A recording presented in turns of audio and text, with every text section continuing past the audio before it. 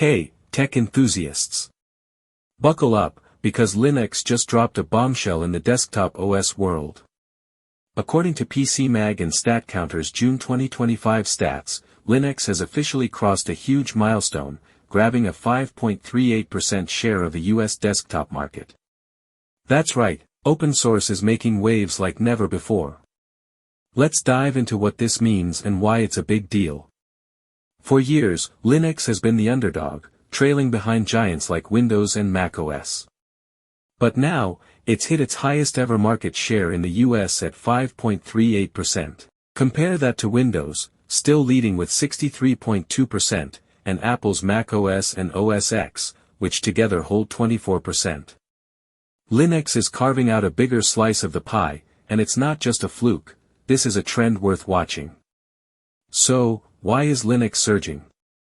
Well, part of it ties to a dip in Windows popularity, down 5.1% since December 2024.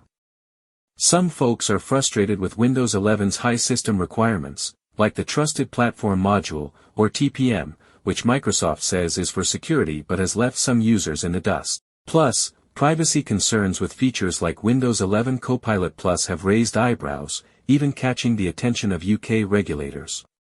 But it's not just Windows stumble, Linux is scoring wins left and right. The Steam Deck, powered by Linux, is bringing open source to gamers. And get this, Denmark's government is jumping on board, adopting Linux for some of its IT systems to cut costs and boost digital sovereignty. That's huge. Thinking of trying Linux yourself? Don't be intimidated. Modern Linux distros are user-friendly, free, and run on almost any hardware, perfect for breathing new life into older PCs. PC Mag even has a guide to help you make the switch smoothly. Whether you're a gamer, a developer, or just curious, Linux is more accessible than ever.